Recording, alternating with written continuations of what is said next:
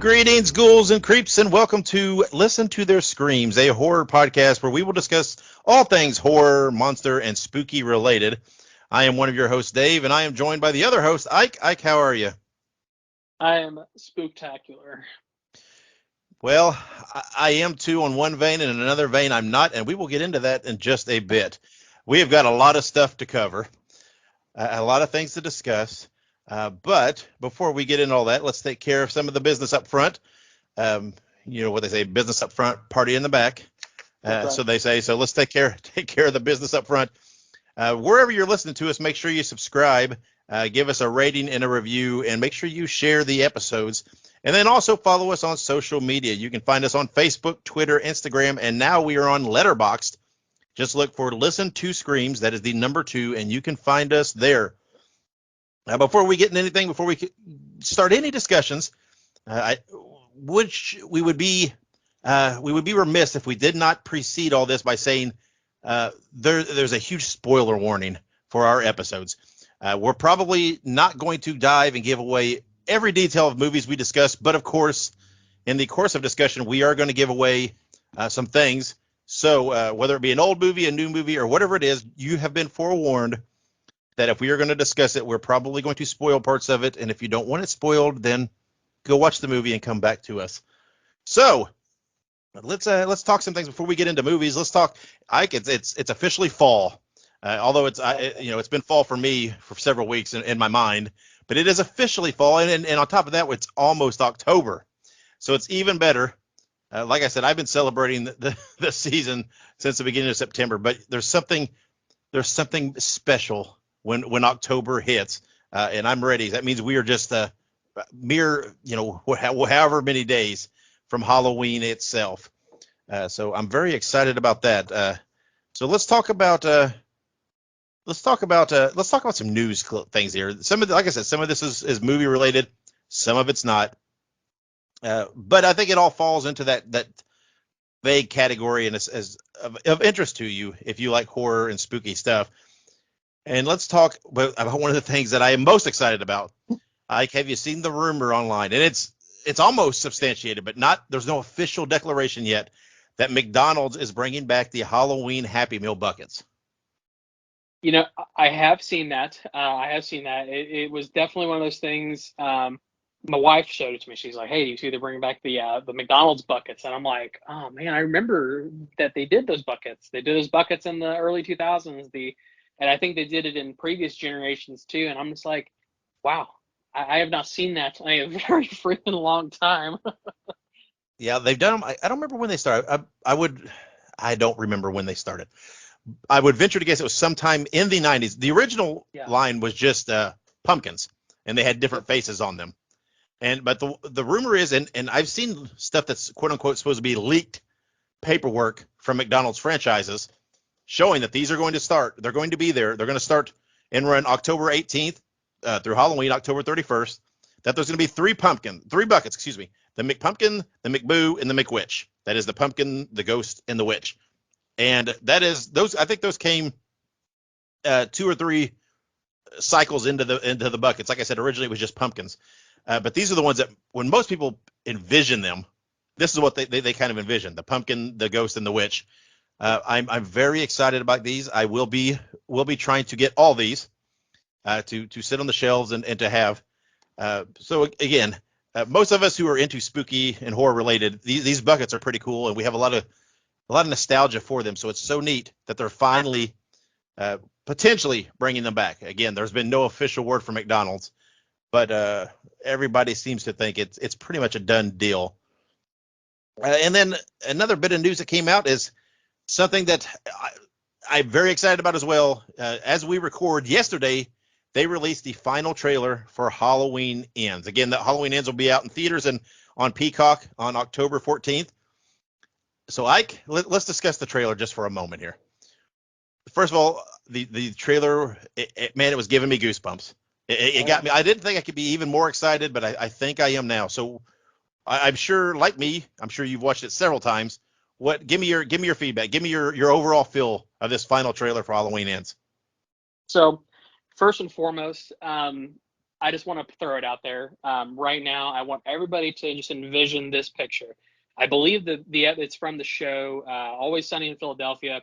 It's the guy standing in front of a board with a bunch of strings and pictures on the wall. Yeah, that's me Mm-hmm. right now. Because here's the deal.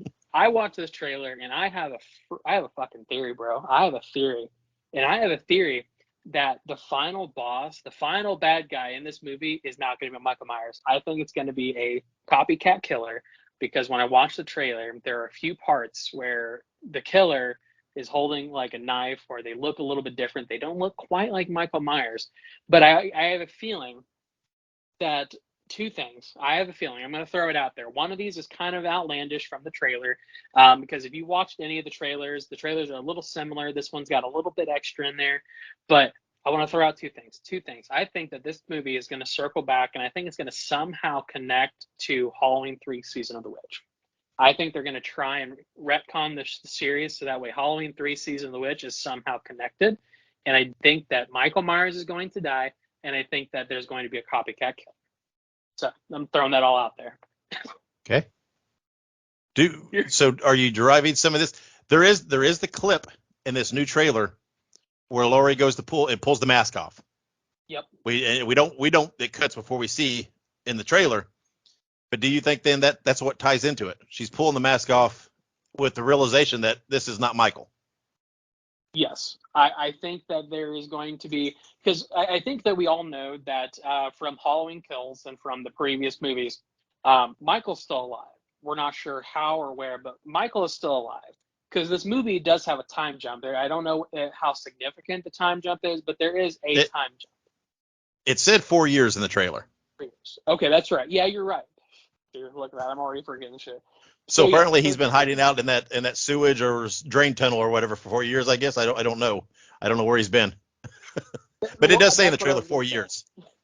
That's what I was gonna say. I don't know how significant it is going to be. I don't know if we're going to see like a pre-time jump in Halloween Ends. I don't know if Michael Myers was killed before the time jump, and maybe there's like this like mysticism where they're like, oh, I thought we killed Michael. Did he come back? You know. So I'm not really sure how that's all going to play out. You know, they've definitely thrown me for a loop a few times with this new series as it is. So yeah, I'm not 100% sure how the time jump's going to come into it.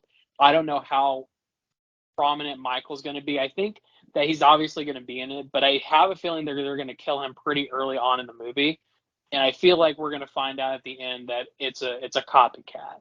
Somehow, some way, it's a copycat. You know what I mean? Mm-hmm. They do make sure you hear in the trailer that Laurie says, and I think there's a few lines in there where she says something about something's different this time. Yeah. And he's more dangerous. She points this out that, I guess if you take it at face value, they want you to at least on surface think it's because this is the end. This is the final, right? That's what's different about it. But perhaps you're right. Perhaps there's something deeper, something different to that. And they're just, sprinkling that clue out there and trying to false lead you one way when it's actually going another. Yeah. So I thought I was over the top excited before. I'm even more excited now after seeing this trailer. I cannot wait. We're just a little over 2 weeks away, and I am super excited. And I feel pretty assured that everybody listening and that follows us on social media will be checking this movie out. Probably day of release. Hopefully, like I said, we said last episode, hopefully people will go to the theaters and support it theatrically and then rewatch it on Peacock. But however you do, just make sure you support it one way or another. They need both, right? They need the theatrical views and they need the online streams. They need it all. So just make sure you watch it often to support these things so that we can get more movies. So before we dive into a few other things, let's I want to make mention, we didn't do this last episode, something that I think I like to do. Let's talk about a couple of we're not going to really talk, but just mention a couple of upcoming birthdays related to horror, if I can find my notes here. And I got two here. On October 3rd, it is Neve Campbell's birthday. Of course, Neve known for the Scream series, minus the upcoming one apparently, where she supposedly is not going to be in it and could not reach negotiations, although the conspiracy in me thinks, could that be a swerve? Could she really be in it? And we'll see. Again, there's been nothing said by the studios or anything else. But anyway, Nev Campbell has a birthday on October 3rd. And keeping in the vein of Scream, also on October 4th is Liev Schreiber's birthday, who played Cotton in the first two Scream movies. So a couple of Scream birthdays coming up in this first week of October. And then we also have, on October 1st, we have two anniversary dates of some movies that are kind of big, substantial ones. On October 1st, 1968, that was the premiere of Night of the Living Dead by George Romero. Now, a lot of times when we do these anniversaries, we'll just skim over and whatever else, but I don't know whether we can skim over Night of the Living Dead and what that means for horror and zombie movies and this modern era, because Night of the Living Dead, it changed horror, and it changed. There were zombie movies before. There was the use of the term zombie, but Romero with this movie established what we know of as zombies now. What we think of and watch on AMC with Walking Dead and everything else, Romero instigated all that and everything else. And it's such a great movie. I know there's all kinds of stuff about copyrights and it's public domain and things have lapsed. So it's hard to get a good release of Night of the Living Dead. Because I think like I said, I think the copyright lapsed and it's public domain. So pretty much any jack can put it out there. I think I'm not sure how all that's going on, but I love this movie. I've seen this movie so many times, and it is such a huge movie in the horror genre. Yeah, no, absolutely. I 100% agree. Night of the Living Dead, I hold a very strong significance for all of those movies. George Romero is probably in my top 5 favorite horror directors and creators of all time. I would argue that Night of the Living Dead is probably one of the single most important horror movies of all time. And certainly, I would say the most important zombie movie of all time. Night of the Living Dead is a paramount and monumental film for a number of reasons. I could talk for days about how just so important this movie was for not only the future of horror movies, but for the future of zombie movies. And for better or for worse, this was, I would say, the key zombie movie. Like you said, there were zombie movies before in the 40s and 50s, White Zombie, so on and so forth. And there were a couple of other, voodoo-esque zombie movies that were always released. But as far as the brain and flesh eating variety goes, right there, Night of the Living Dead, super important. Yeah, and if you watch horror, if you like horror, everybody knows, it's a line. I use it all the time. The we're coming to get you, Barbara. They're coming. And of course, later the whole thing was, I don't want to say spoofed, because spoof's not the right word in my mind, but with Shaun of the Dead, the Simon Pegg movie, was more of a tribute to Romero in this film, and it was pretty amazing. But anyway, Night of the Living Dead released October 1st, 1968. And then October 1st, it's wild to me that this is just a 6-year jump in these movies. And on October 1st, 1974, Texas Chainsaw Massacre premiered, the original. Such a great movie. You can say what you want about the sequels and everything after that, but man, that first movie was great. And it boggles my mind that there's only 6 years difference between these two movies. But again, another huge movie, another great movie. Ike, what do you think about the original Texas Chainsaw Massacre? Oh, obviously, Texas Chainsaw Massacre, if we just talk about the movie itself, I would start by saying that the movie is a masterpiece. It was definitely one of those movies that caught a cult following in the following years. Obviously, it had its importance and it had its popularity in its day and age, but I definitely feel like this is sort of like an Evil Dead kind of movie where it came into relevance a lot later. Texas Chainsaw Massacre also very much generated and I would say cornered the slaughterhouse genre.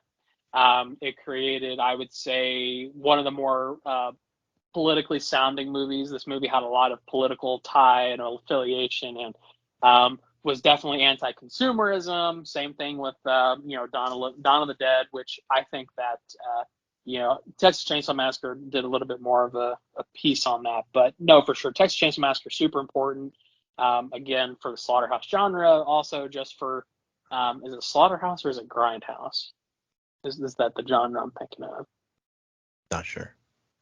But it's a genre movie, whichever one I might be misrecalling it. But regardless, Texas Chainsaw Massacre basically created it. It started that, and to this day, that scene where they have I cannot remember her name, the final girl. They have her over that bucket, and they're trying to get the old man to hit her in the head with a hammer.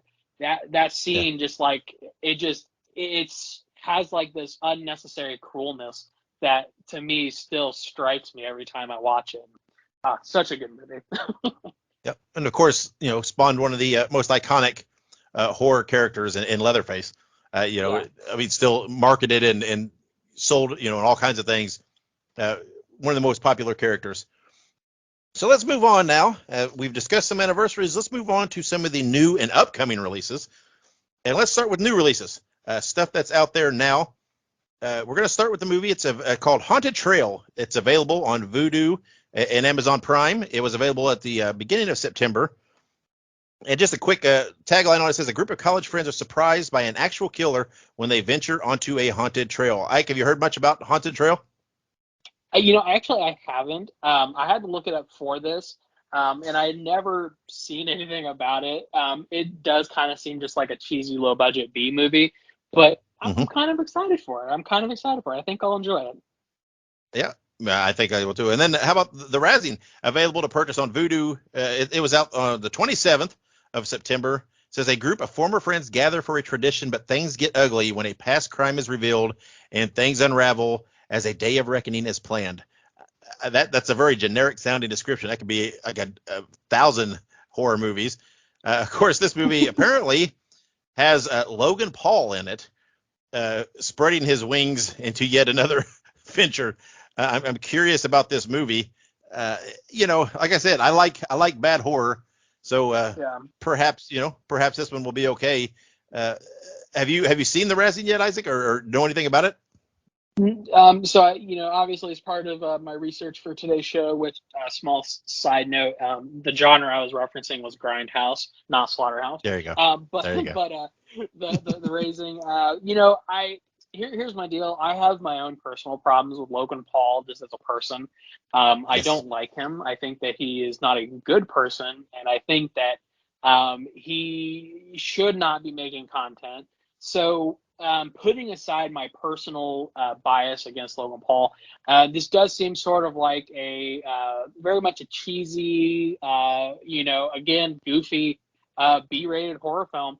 And I think that I will give it a shot, just because I am what you would call a glutton for punishment. So I think I'll give it a shot. I think I will.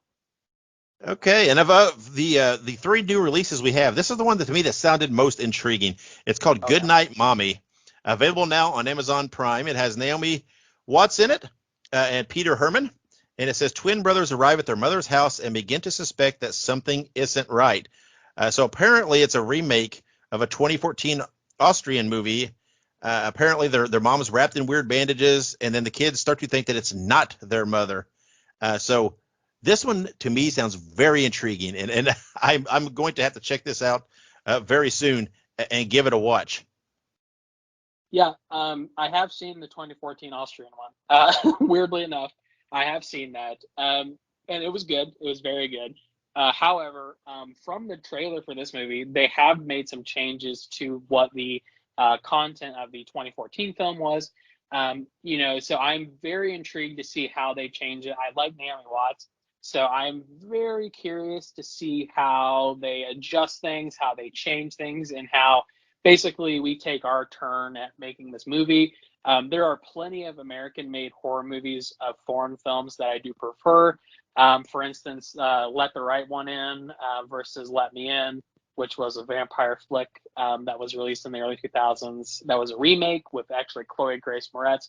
There are oftentimes movies where we take these foreign films and we remake them. So I will give it a shot. I think it might be good. But yeah, I have seen the original, but I think the remake might just be better. I guess we'll see. Yeah, I'm looking forward to checking that one out. And then here, let's talk some upcoming releases. Let's start with some upcoming movies that are coming out in streaming services. A 4-part documentary series coming out on Shudder, which starts on September 30th. It's called Queer for Fear, and it's a 4-part documentary series about how gay horror is and always has been. For those of us who have watched horror, particularly through the 80s, particularly I thinking specifically some of the Nightmare on Elm Streets, I don't think this is any shock to anybody. And this sounds very intriguing, and I really I'm curious to see how they dive into it and explain it, and I think it could be pretty cool. Yeah, absolutely. I'm a very large proponent of learning the history of horror films, learning the misgivings of the horror history. I'm definitely one of those people that I don't think that you should not watch something because of the misgivings of the past. But I think this will actually give a really important spotlight. I hope that they really talk about Nightmare on Elm Street Part 2. For people who have watched that movie and who have heard the backstory of the movie, there is a lot of very unfortunate things that happen in that movie. But yes. I think, for this documentary series, I think they could talk about that. Rocky Horror Picture Show is also a very important film for the LGBTQ community, so I think it might be interesting to hear them talk about that. I haven't heard too much about what they're going to cover, but I hope that they dive into some of these very important, very monumental films. There are a few other ones too, but yeah, I know for sure. I'm very excited for this. I love documentaries, so especially horror documentaries. Absolutely. And then next movie, probably one of the most, again, not as the movie that we're reviewing later in the show, it's not necessarily horror per se, but it definitely fits into the spooky vibe and probably one of the more anticipated movies of the fall. Hocus Pocus 2 will be available on September 30th on Disney Plus. I'm very excited about this movie. I love the first one. It is an annual watch for me in October, and I look forward. And this movie, Ike, we're going to be covering in next episode. We're going to talk Hocus Pocus 2 because we felt like it's just monumental enough for the season that we've got to talk about it. Oh, absolutely, absolutely. I'm really excited. I think you may have mentioned it, but a lot of the same people are coming back for this. Bette Midler, Sarah Jessica Parker, Kathleen Najimy. And obviously Doug Jones coming back for Billy Butcherson, which, fun fact, Doug Jones is a Ball State alumni, so chirp chirp. My wife is an alumni from Ball State, so I got to give him a little bit of love. But I'm really excited for it. I love Hocus Pocus. It's a rewatch, like you said, every single year. In fact, on Friday, a little look into my personal life. I'm going to be doing a double feature of Hocus Pocus and Hocus Pocus 2, and I'm going to be eating seafood because I live in Florida. So that's what I'm doing. Very, very good. And then we'll probably do the double feature as well because I like to do that. I like when a movie, I like to either rewatch before I see or do them back to back when I can. Kind of get the full story there. Coming out on October 6th on Netflix, Mr. Harrigan's Phone. It says when Mr. Harrigan dies, a teen who did odd jobs for him and becomes friends with him puts his smartphone in the coffin before burial and sends his dead friend a message, and he answers. This plays into all my fears because my biggest fear is being buried alive. That is the most terrorizing thing for me. And the thought that someone responds, whether they're alive or not, but is trapped in that coffin, buried under, is absolutely, is just creepy to me. And of course, this has Donald Sutherland in it, and Kirby Howe Baptiste, Jaden Martell, and says it sounds like it should be a pretty intriguing movie, and it sounds like it will be very creepy. Yeah, absolutely. I think it'll be good. I watched the trailer for it. I'm always a little hesitant about those Netflix movies, but I think it'll be just fine. I don't think there's going to be any issues with that. Also, I honestly didn't know who Donald Sutherland was. Like, I'd heard the word or the name, and I know he's the dad of Kiefer Sutherland, right? Yes, I believe so. He's in the Hunger Games series. Yeah, he's President Snow, which I did not know. He was also in Invasion of the Body Snatchers. So. Yes, he's been in lots of stuff. Yeah, he's one of those guys that when you see his face, you know him, even if you don't know much about him. He's been in a lot. So, I mean, him being in it. Yeah. I'm assuming. I'm assuming he's Mr. Harrigan. Yeah. Given his age, And then let's talk one theatrical release. This is a big one. This is one I'm super psyched about, and I'm hoping, because it opens this coming week, and I'm hoping to go see it. Is we're talking about Smile, which everybody's heard about Smile. Everybody's talking about Smile, and I'm going to talk about that in a second. Ike, are you going to try to see that this weekend? I want to try. I want to try very hard. I want to try and get out there because this. Oh my God, Smile! It just looks so creepy, man. I want to go see it. Yes. Very, very bad. So the plan is, while we're talking Hocus Pocus 2 next episode, if we can both go and see Smile, we will also talk about that. We'll do 2 reviews in that one episode, because we don't really have Smile, I don't believe, planned in anywhere necessarily. But being a big theatrical release and the marketing push behind it, we will go and see that. Now, one thing when I say everybody's talking about Smile, one thing that kind of blew my mind is I'm a huge baseball fan. Yeah. And at I think it was several, whatever it may be, at some major league games over this past week, I think the studio planted people in the crowd with the smile, doing the smile, right behind the camera shot, right behind the backstop, and it was fucking creepy. And of course, it got attention, and of course, screenshots and clips are all over the internet. So if you weren't familiar with that, look it up. There was at least one game I know what happened. There was a couple of them there. So just go on Twitter or wherever and do a search, and people will see that it's very creepy. I'm very much looking forward to this movie. Again, I'm hoping I can go see it this weekend, or hoping to at least go see it before we record next. But we'll see. And like I said, if we by chance can both go see it, we will do a review of this as well next episode. Let's see. Let's just take a quick pause here, catch our breath for a moment, and when we come back, we're going to talk about if we did anything spooky this past week as we gear up for October, and then we're going to talk just briefly about what we watched this past week. So stick around. Relax. Enjoy a quiet visit with the Munsters. All right, and we are back on Listen to Their Screams, and now let's talk about did we do anything spooky this past week? I try to do something spooky every day. Nothing's monumental or anything like that necessarily so far, but let's see. One thing, I'm a huge cereal guy, so of course I buy the Monster cereals every year and everything else. But I did this past week buy the Halloween Fruity Pebbles and added that to my fall collection. I love cereal box artwork. It's so great. And then what else is there? There is a Spirit Halloween store that is opening in our town finally. I believe it actually is opening sometime this week. So I've been to Spirit Halloween I think 3 times so far this year, and I bet I've had to drive 45 minutes to get to one. So thankfully now I'm like 5 minutes away from one, and I already told my wife that I will probably be there several times a week. Just because I love Spirit Halloween so much. And as of right now, I plan Sunday, October 2nd, to be taking a little trip to a town here in North Carolina to visit the Myers house. There's a guy here in North Carolina who built a full-size, spot-on replica of the Myers house from the Halloween movie. And I plan to go see it. He has a showing coming up. I have purchased my tickets to it.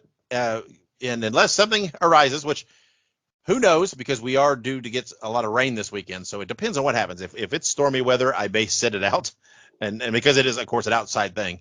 And I don't want to go and try to get my picture. Although I guess it would be a nice effect to have my picture taken in front of this house in the rain. But again, outside of just watching some other stuff, that's kind of the other spooky stuff I did. Ike, anything for you this last week? The only spooky things that I've done is simply wake up and exist. No, I'm kidding. That sometimes is spooky in its own right. It is. Honestly, not really anything crazy. I do live in Florida, so, I have been kind of watching Hurricane Ian, getting ready to, it's making landfall today, which was kind of spooky, I guess. Outside of that, nothing much, just kind of living life and trying to watch horror movies and all that good stuff. But yeah, nothing super inherently spooky that I did this week. Well, that leads us then straight into the what did we watch? And once again, see, last episode, I felt embarrassed because we talked about all these movies that were out, and you'd watched them all, and I hadn't. I was so behind, and I thought, man, I'm gonna make the time, and I'm gonna watch, and I did. And but this week it's all opposite because you didn't have the time and you didn't watch much. So Yep. I swear, one of these episodes will be balanced, and we'll both watch quite a bit. Hopefully, there's not a week where neither of us watch anything. But again, we're not gonna really talk much about these because a lot of these we talked about last week or last episode. But this week, here's the big things that I watched. I watched the new Texas Chainsaw Massacre movie because I hadn't seen that yet. I watched Orphan First Kill, Black Phone, which we discussed last episode. Finally watched Terrifier because you were singing the praises last episode, and it's always been on my list and just never got to it. And I absolutely loved it. I cannot wait now for the second one. And then I did go and watch Don't Worry, Darling in the theater this weekend, and very much enjoyed it. It was number one. It's a beautifully made movie. It was just gorgeous. The way it was shot, the sets, it was so cool. It had a nice. You suspect where it's going, but it kind of gets to what you suspect, but with a twist. I've heard a lot of heat on Harry Styles, but I thought he was great in it. I thought he did a very, very good job, especially when you take the full context of the movie. I thought he was great. It took me a while before I even realized exactly who it was. I was sitting there watching. I was sitting there, and I got to a point. I'm like, "Isn't Harry Styles in this?" I was like, "Oh yeah, shit, that's Harry Styles." I mean, I don't know why. I don't know why it didn't click, even though he had the accent and everything going in the show or in the movie. So it was odd to me. I'm not sure. I guess it's just because I don't know, an age thing where I'm not that familiar with Harry Styles overall. I guess I don't know. But again, I did enjoy it. I highly recommend people go and see Don't Worry, Darling. It was a good film. Definitely worth going to the theater for. So Ike, like we said, you didn't watch a whole lot. What did you watch? So yeah, I think when we talked last, there was a movie that I was sitting there, I was trying to rack my brain. Honestly, Yes. it was a really, pardon my French, guys. It was just a really shitty B movie that came up on TV the other day. It was called Monsters in the Closet. And let me preface this by saying Monsters in the Closet was made by a guy who normally makes porn, which take that with what you will. But it was an anthology movie about a guy who wrote books. He died. His kid goes to his house to look at his stuff, and he made audiobooks. And when the audiobooks play, his stories come to life. Yeah, it was really cheesy, really goofy, very bad. I still enjoyed it, but yeah, no, it wasn't the greatest. Outside of that, I actually went around and watched. What was it? I forgot to tell you. Oh, I went back and just rewatched Halloween, the original Halloween, 1978. I love watching Yeah, that movie. I do too. But I've already I've been. It's one of those movies I'm dying to watch and all my Yep. watches. But I'm holding to a little closer to the 14th because I want to watch this new story arc, the new timeline, with the Halloween and then the two new movies before I watch the new release coming up. So I'm holding off to watch it until I'm gonna watch all three of those, back, try to do it back to back to back before watching Halloween ends. So, but again, I can't wait to watch it. Dying to watch Halloween 3. But I always try to wait a little bit into October before I get into my favorites. I kind of try to stay peripheral. I watch a lot of monster movies anyway, all year round. But I've watched so far. I've watched all the Frankensteins, all the Dracula. Oh, there's only one Dracula. All the Wolfman. I actually I did watch an independent film. It's called House of the Wolfman. The original Wolfman is Lon Chaney Jr. And this one stars his son, Ron Chaney. And this was just made, I don't know, 8 years ago, I think, something like that, 8 years ago, something like that, recently. But they shot it. It's black and white. They shot it in the old style, the old aspect ratio and whatever you call it. I'm not technical on all that stuff, but it looks like it was a Universal movie, like it's right there in it. It was actually, it was a fun movie. But it's called House of the Wolfman. It's on, if anybody's interested, it's on YouTube. You can watch it there. What did you watch the anthology movie you just talked about the books and stuff? I can't remember what you said it was called. Monsters in the Closet. What was that on? What did you watch that on? It's on Tubi. So Okay. it comes with ads. Tubi's great. Yeah. Yeah, that's the only bad thing. And my wife does not watch hardly anything because she can't stand ads. I mean, we pay for the premium on pretty much everything we can. so that she just never has to watch a commercial. And of course, we've all become accustomed to not watching commercials in this day and age. So it is a little jarring almost when you watch something that has commercials. But I did forget to touch on that while I was talking about what I watched. Of course, I said Don't Worry, Darling was in theater. Black Phone, you can stream it on Peacock, or it is for purchase on Vudu. Orphan First Kill is on Paramount Plus. The new Texas Chainsaw Massacre is on Netflix. And Terrifier, you can watch it for free on Freevee. I own Terrifier. I actually went after I watched it. I enjoyed it so much. I went and bought it on Vudu. It's been on my wish list forever, but I just went ahead and purchased it. Which I will say, yeah, I'm a huge proponent of Vudu. Anybody that wants, they do have, I believe it's still running. Hopefully it is. They have been running a 2 for $9.99 special on several movies. That's quite a few, and there is quite a few horror choices in that for those of you who want to pick up some deals there. So let's get to the main event here. The what we're here for today. We're going to talk about The Munsters, the 2022 just released movie on September 27th. It was released, the Rob Zombie Munsters. And Ike and I purposely, we both watched it when it was. We're recording the day after it was released, and we both have purposely not given each other any feedback. Nothing. We've not even outside of saying, "Hey, did you watch it?" Yep. Okay, we're good. Because I wanted us right here, our first reactions to be in this discussion. And I'll start. Hey, before we get into that, real quick, we did run a couple of Twitter poll questions. I kind of, I don't know why, but I like to do this. See if we can get a little feedback, get a little engagement. And we kept them both related to the Munsters. And the one I did was the favorite Munsters family member. And just so everybody knows, the winner of that, the top choice was Herman at 38%. Then Lily with 29, Grandpa with 21, and Eddie with 12. And then I asked, if you've seen the Munsters so far, did you enjoy it? 60% said yes, 40% said no. So that being said, now that we got a little feedback from them, I'm going to give some feedback here too.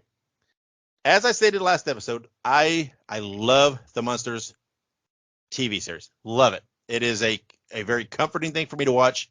It plays into my love of monsters, not Munsters, monsters. I love the black and white.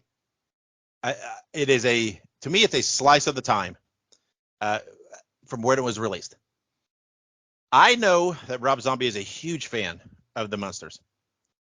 And as I stated last episode, I like Rob Zombie overall, more musically than I do anything.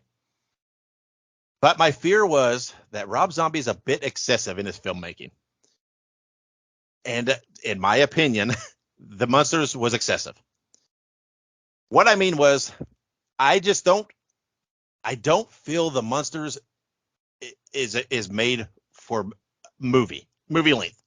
At least not whatever this movie ran, an hour and 49 or something like that, I think it was. Yeah. It was a bit long. And I think there was several things in it that could have been cut out and it would not have affected the story at all. I know there was a whole scene with Grandpa trying to find Lily a husband, or create Lily a husband, and it creates the dancing chimp guy. And that was thrown in there. It had zero payoff. Nothing. I mean, I don't even know what it was there for. I mean, so I think the movie was long. Again, to me, unless it's really, really strong story-wise, a horror movie is best an hour and a half or less. A monster kind of driven movie like this is really strong in an hour and 15 or less. I think this was too long. First of all, I think it was a little excessive. I have some notes. I have parts I liked, parts I did not like. Overall, though, let me give you my overall. I have to say, overall, I did not enjoy this movie. Overall, I will probably never rewatch this movie again. Again, there are things I like about it, but overall, I don't know if I was disappointed, because I don't think I went into it expecting to be blown away by it or anything. But overall, I I didn't even feel that it was that fun a movie because it was too long. That was the main thing for me. It just felt like it was dragging in some parts. And that kind of killed any momentum they ever built in the movie for me. So before we get into details, Ike, what was your overall feel and reaction to the movie? Well, so just as like a little bit of preface, I have I've seen very little Munsters. So, going into this, I knew sort of like the main characters, I knew kind of, the very general, very, very, very general synopsis of what the Munsters are, who some of the characters were. So when I went into it, I was like, okay, I quite frankly, I went into it not expecting anything at all. Like, quite frankly, I was very much anticipating not liking the movie because, I try not to do that, but I'm not really familiar with the Munsters. I'm not like a huge fan of like Universal monster concept. I'm not a huge fan of Rob Zombie. In fact, I would say that I generally dislike his movies, just overall. But I liked it. I really liked it, actually. I very much enjoyed the Munsters that he made. Now, this is what I anticipated, and here's why, Yeah. and I think you hit it right on the head. You went into it clean slate. I went into it having watched the entire Munster series and rewatching most of it. So whether I tried to not have expectations, they were still there. They were still there, and the feeling that the Munster show gives me, I wanted that feeling from the movie. Yeah. Now, there were parts where I definitely did get that feeling. And I have to say, you can definitely tell that Rob Zombie likes the show. You get that. I mean, if you watch the show, you get that. I don't. Again, I think the length really hit me hard, and I don't know why. Because I think it was too long. Maybe it's just, again, because my brain is wired to think it's a TV show, right? And then that just made it seem like it was dragging to me. Some details here. Of course, this was a prequel to the series, right? This shows how they got to where they are in the show, living in this town on Mockingbird Lane. The oddballs in this neighborhood, not knowing that they're thinking everybody else is the oddballs. So this is how they got there. This is how they got from Transylvania to there. I like that concept, and I think that is the only angle that Zombie could have done that would have worked. Because I don't think you want to jump into the series or after the series. I think there's too much established there. So I think that was the right move, is to go prequel type format. There are so many tips of the hat to the series in it that it's not even funny. I did like seeing, kind of early in the movie, I like seeing Orlok in it from Nosferatu. I don't like that he was a little goofy. I know it's the Munsters. I understand that, but that character is so creepy in that movie that it was so odd seeing him kind of in this goofy. But he looked great, and I liked seeing this established kind of character in there. I think another hang up that I had with the movie that really was hard for me to get past is, man, I really, really, really, I just don't like Sherry Moon Zombie as an actress. I knew you were going to say that. I knew I that was try so hard. But man, she's not a good actress. I don't think she's a good actress. I think there was parts where she was trying too hard and it didn't come naturally. On the other side of the coin, Jeff Daniel Phillips was amazing as Herman. I think he hit it out of the park. It felt like Herman. The goofiness that didn't feel forced. I thought he was spectacular in the role.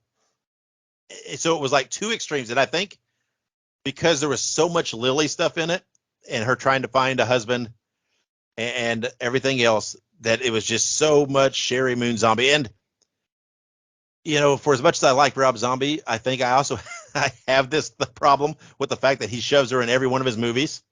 Yeah. And in these bigger roles than what she should probably have.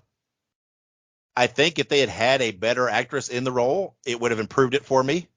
But it was very hard for me to get past just the head and hand movements that were so, I don't know. It was like she was trying to clone the series without getting it. She didn't have that, I don't even know, that feel in the role that Yvonne DiCarlo had in the series. I did think the movie was absolutely gorgeous. I've heard lots of people talking about the colors and how they were so bold, and I love that. I thought that was great for the movie. I thought visually it looked great. The sets were great. The costumes were great. I thought the coloring was great.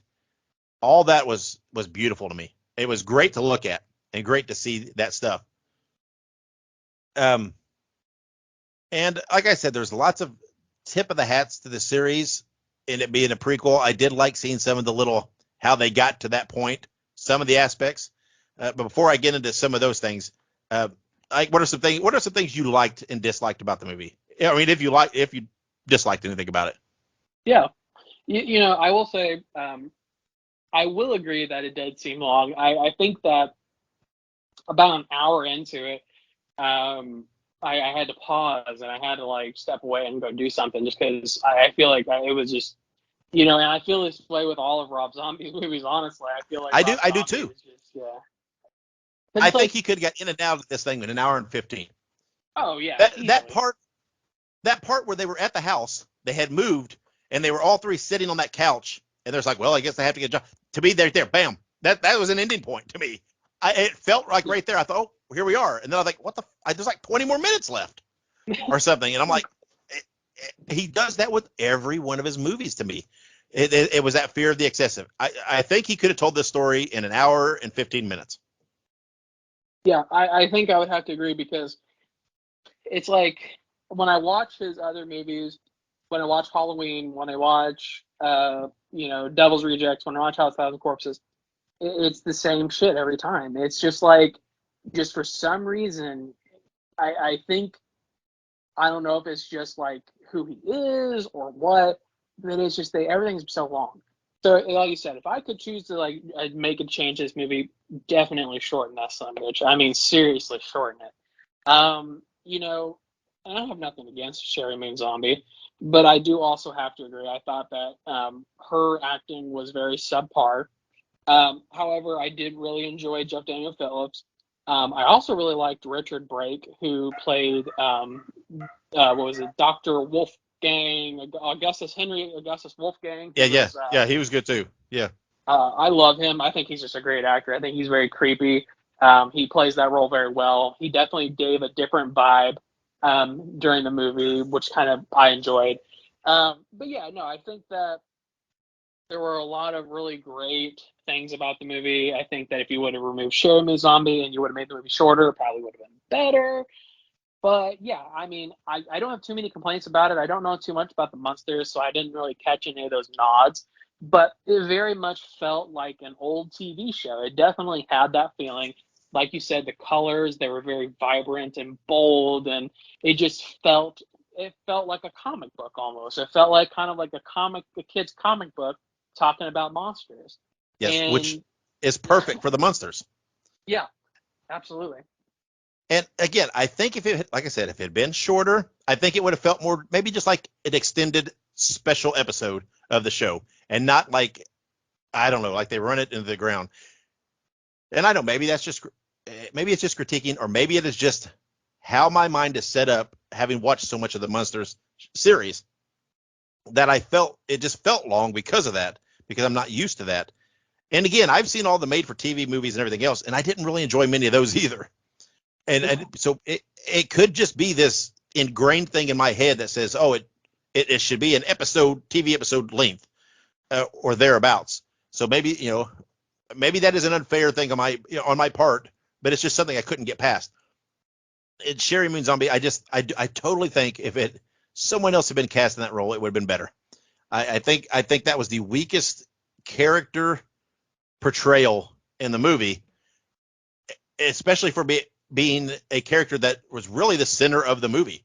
It was, about her, and I don't know. I don't think she could carry it. She's okay. She could be okay in bit parts and everything else. I just think this was too big a role for her in this role. like one thing that I really liked when they were in France and they went down in the tunnels or whatever, and they got that monster thing and they brought it home and they called it Spot. Yeah. That's in the series. That's their pet, their fire breathing pet that's under the stairs. He's huge, apparently huge. You don't really see all of him in the series, but that's Spot. That's so I like kind of like hey, while they show how he got that, how they got Spot. That was kind of neat. When they're getting married, there's lots of nods with the costumes, with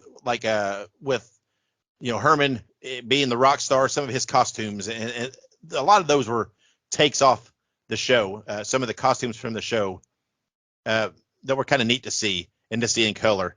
When they were getting married, they had Tin Can Man that was married him, the robot priest kind of thing. Yeah. That was voiced by Butch Patrick, which the original Eddie Munster from the series. So it was neat to see him get a voice role in there. When they're flying from Transylvania to America late in the movie, Pat Priest did the voiceover voice of the airline attendant or whatever you call it, who was played Marilyn throughout most of the original Munster. She wasn't the original Marilyn, but she took over the role and played it to the end. So there was two original character actors from the original series, pretty much the only two left that are still alive. Yeah. Had some voiceover, so it was neat to see them involved in it. And of course, there was also Cassandra Peterson, better known as Elvira. Did you catch her? She played the realtor in the movie. I did catch that. Was dressed up as the witch, so it's neat to see her. It's kind of neat to see her in a different role, do something different. But you could tell, you could hear the voice, and you could tell it was her. And then also, I think it was pretty early there was a TV announcer, and that was Dee Wallace, who from E.T. and many other things. She played that, so it's kind of neat to see her in there. Of course, there was no Eddie Munster in this movie because, well, they haven't had Eddie Munster yet. Right. But I've seen, it's weird because I've seen lots of people online talking about, well, who's this werewolf brother? What's that got to do with it? And the creature from the Black Lagoon, the Gilman guy, these are all characters that were in the original show. They just had bit appearances, but they were there. These aren't new Rob Zombie characters. I read a review that a quote unquote news type review site had done, claiming that the brother was a Rob Zombie created character. It absolutely was not. He was in the original. I think he might have only been in one episode, but he was in the original series. But it was, I liked the gist of the movie. I liked the story, the approach. Like I said, the prequel, I think, was the best route to go with it. If you had taken out Sherry Moon Zombie, better cast that role. If you had shortened the movie up by 20 to 30 minutes, which I think you could have done, I probably would have loved the movie a lot more. Given those two factors, I think I was disappointed. And again, it was hard for me to go in because I do have a preconceived notion of what the Munsters are to me. And like I said, there were definitely parts where I felt that. I felt the nostalgia. I felt that vibe, that feeling of the original series that he did capture it. And again, I cannot emphasize enough. The movie is gorgeous. It is a beautifully made movie. I love the color. I think that was the right approach. The sets were great. The costuming was great. All that was great. The length was the main thing, I think, that just really, I don't know, really bothered me. I felt like there was enough filler in there that they could have cut it and trimmed it down. I don't know. Like I said, the dancing chimp where he created the dancing chimp because he used the wrong fur in the spell. I mean, there was no payoff for that. Not sure what, I don't know. It was weird. So we said that when we do these movies, when we do these reviews, we're going to rate them, and we're going to rate them out of 5 screams. And for those of you who might follow us or look us up on Letterboxd, we're going to put these movies up there and use this. So we're going to average out. Given my response and how I feel, I had to give this 2 screams out of 5. I'm not far off from you. I would give it 3 screams out of 5. Yeah, to me, in my mind, 3 is just an average movie that I don't really dislike per se, that I might be tempted to watch again, but I may not seek out. and I hate to say it, I just don't ever see myself rewatching this movie. Yeah. I would go back 10 out of 10 times and rewatch an episode of the original series before I rewatch this movie. I really feel that way. And it is a little disappointing to me to say that, because there, like I said, there were parts that I did enjoy, but overall, it's just not one of those movies. It's not what I hoped. And again, I could be a little biased because I do love the Munsters original. I don't want to be that old man shouting at the clouds, saying you shouldn't have. It's not. I don't have that view. I don't have the view that you shouldn't try to do something. And I like the fact that it's not just a quote unquote remake per se. It's adding to the story. I'm perfectly fine with that.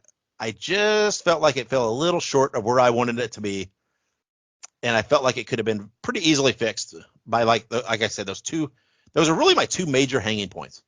And I knew going into it that Sherry Moon Zombie was going to be a hard sell for me, because I haven't liked her in anything. I mean, what's the first? I'm not huge on his movies either. What's the first of his trilogy he did? Was it House of a Thousand Corpses? Yeah, I mean, she's kind of kooky in that, and it works for her. Yeah. But I don't know. I don't think she's a strong enough actress to carry this role, and I think it was the wrong casting choice for him. But it is what it is. I guess it's his wife. I mean, I don't know, and I know the talk. I know she loves the series too, supposedly, and I get that, and I know it's probably a dream role for her, and I'm sure she enjoyed it, and hats off. But there's something to be said for knowing your limitations. And I just don't think she had the right comedic timing or presence for it. It just didn't. It felt very forced to me. Where like I said, Jeff Daniel Phillips, I totally didn't. To me, he felt it was so like an extension of the original show. He was great in the role. It's like he got it. He got how to be Herman Munster. So there, I guess if you average it out, it's what, two and a half screams from the show. A strong So 2.5. slightly below average, and I don't think that's surprising, because again, as much as I love the original series, this is not our wheelhouse kind of movie. Yeah. And we knew, it's not a horror movie per se. We get that, but again, we felt there was enough hype and it was a big enough release that we should give it a shot, and it fits into the spooky vibe. And I had hopes because I love the Munsters and I love old monster movies, but so I know I pushed, and I had the anticipation after seeing it. I thought that you're going to like it better than me because you had more of a clean slate going into it. Yeah. And I could see having a clean slate. I could see enjoying it more. No, yeah, I would 100% agree. I kind of anticipated that I would enjoy it. I did not know if I was going to enjoy it more than you, but I definitely, when I was thinking about it, I was thinking about, when I think about the two different perspectives, I for sure was like, there is a better chance that you are going to dislike it than I would dislike it. I knew that for sure. Yeah, I mean, it's hard when there's something that you really enjoy. I mean, I feel whether you try or not, you're going to be naturally more critical. Yeah. And I'm not saying that's if it's fair or unfair. It's just the way it is. If you have a more familiarity with it, it's easier to pick it apart. And it would be the same thing if I were to watch something that that you were generational for you, that you really enjoyed, that I haven't seen much. If there was something done in it that was bad or off, I wouldn't notice it as much. It wouldn't jump at me. It would just feel like part of it for me.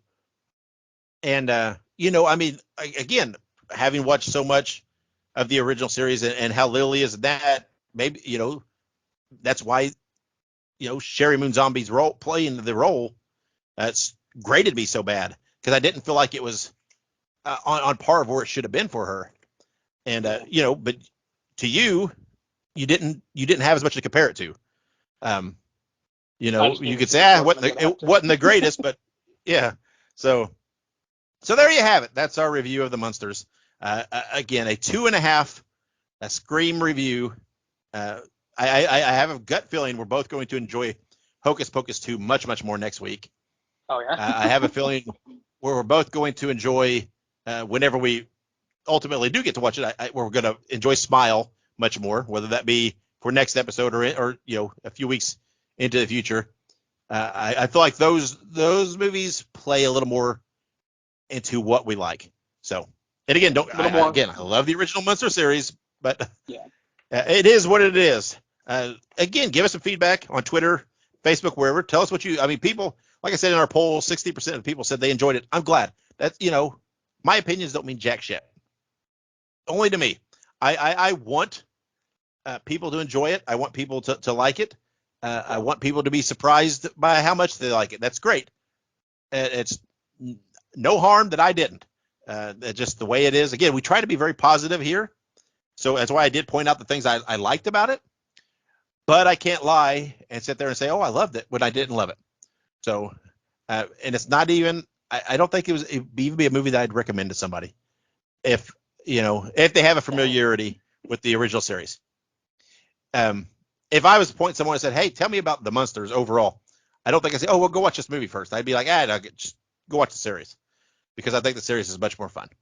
But perhaps it's the fact that I'm an old fart that that really enjoys black and white, and so whatever. It could be the fact that the Munsters technology. Yeah, Technicolor, your Dolby sound. I still use 8mm.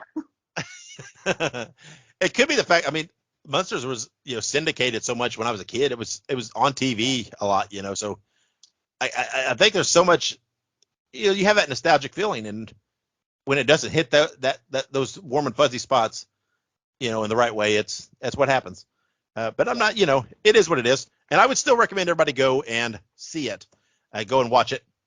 Give it a shot. You could take what we say with a grain of salt, because, hey, everybody's view is different. Everybody's, the colors that they're painting with are different. So go watch it, formulate your own opinion, and give us that feedback. Like we said, tell us what you thought about it, because I'd like to know. I'd like to know what everybody out there on the old internet is thinking about us. So hit us up on Twitter or Facebook, Instagram, wherever it may be, and let us know what you're thinking about it. And if you want to get our attention, just tag us in the post, or use the hashtag #Listen2Screams, and that's 2, the number 2, and that will catch our eye, and we'll be sure to see your post. So again, a reminder, speaking of social media, follow us on all those forums, subscribe to us wherever you listen, and like we said, next episode, we're going to discuss Hocus Pocus 2, and we will also have all kinds of kernels of news and upcoming releases, both theatrical and streaming. And hopefully, in what we're dropping out there, you're finding something that maybe you didn't know was out there, and something that you enjoyed to watch, because that's what we're hoping to do, right? We're hoping to help keep the genre alive, and the news out there that maybe something that you didn't know was going to be there. Now you know, and you went and watched it and enjoyed it. That would I'd feel completely fulfilled in our mission. Yeah. If somebody found a movie they enjoyed based on just us mentioning, hey, it's out there. So, Ike, anything to close here before we get out of there? Anything else you want to touch on? No, I do want to say, I just kind of want to recap. Anytime we say a movie that we didn't like or anything like that, that is in no way, shape, or form us saying don't watch it. This is totally just our opinions. I think Dave said it really well. Always give it a shot. Always try it. You don't like it. You don't know you don't like it until you try it. I'm a firm believer that, just because I don't like something doesn't mean somebody else shouldn't like it. And, like Dave said, if you can, find one thing from this episode that you enjoyed, one movie that you watched and you're like, holy shit, that was great, then we are fulfilled 100%. Absolutely. Don't get me wrong. I don't feel like I wasted my time with the Munsters. I don't regret watching it. I feel like that Rob Zombie. Yeah, I feel like Rob Zombie owes me about 30 minutes of my life, but otherwise, I don't regret, right? I dove in, and again, like I said, there were parts I liked. There were a couple parts where I literally laughed aloud. There were, some humorous parts that I chuckled at, and there were some parts where they were very cool to me. It was just an overall disappointment. So, like we said, go watch it, formulate your own opinion. Just take it with a grain of salt. What we say, we don't claim to be experts, and we're definitely no definitive voice on this. We're just two guys who love watching movies and TV, and we're just telling you what we think. And like I said, we'd like to have discussions with you online and hear what you think. And give us some feedback. What would you like to hear in the episodes? Is there a movie that you want to hear us review? It can be new, old, whatever you want. Whether we've seen it or not, if it falls into the genre, we'll give it a watch. If you want to hear what we think about it, just throw it out there, give us a shout, and we'll watch it. I guarantee you we'll watch it. Oh, yeah. We also threw out there on Twitter today, I'm working on adding to my Halloween playlist on Spotify. So if you have any ideas for spooky songs or songs that fit the season, hit us up on Twitter and give me some suggestions, because I like to know. I know there's some gems out there that maybe I'm not aware of, so let me know those. Do So you have Heads Will Roll on there? I do not. Whose heads will roll? No, it's Heads Will Roll by the Yeah Yeah Yeahs. Oh yeah. No. Is that one you think I like? I think so. It's kind of newer. It's a little poppy, but I get like Halloween vibes from it. Okay, I will give it a shot. We got some responses. Some of them are songs that I'm like, oh yeah, I've heard that. I remember that. There are some songs that a couple that people have said, I'm like, not sure what that is, but I'll give it a shot. We'll know. But so heads will roll. Okay, I'll give it a chance. I'll give it a listen and see if it's a playlist worthy. My goal is to not have songs that I'm like I want to skip if I'm playing it. Yeah. That's on this playlist. So, but I definitely like broadening my horizons with music and things like that, and movies and everything else. And listening to suggestions from other people. So, I'll give it a shot. So that's everybody's homework assignment. Find me some more songs to put on my Spotify playlist. So, Ike, if you got nothing else, we're going to get out of here until next episode, where we will discuss Hocus Pocus 2 coming on Disney Plus soon. Be good, be safe, be creepy, and wherever you go, wherever you do, have many pleasant nightmares.